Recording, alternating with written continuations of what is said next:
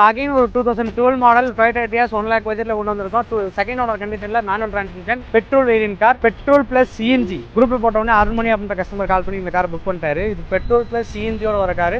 So சூப்பரான car, சூப்பரான கண்டிஷனில் இந்த கார் எடுத்து வந்துருக்கோம். காரை புக் பண்ணோடனே கஸ்டமருக்கு வீடியோ காலில் காமிச்சு கஸ்டமருக்கு ஓகே பண்ணி பேமெண்ட் கிளியர் பண்ணதுக்கப்புறம் இந்த கார் வந்து டெலிவரிக்கு புக் பண்ணிட்டோம்.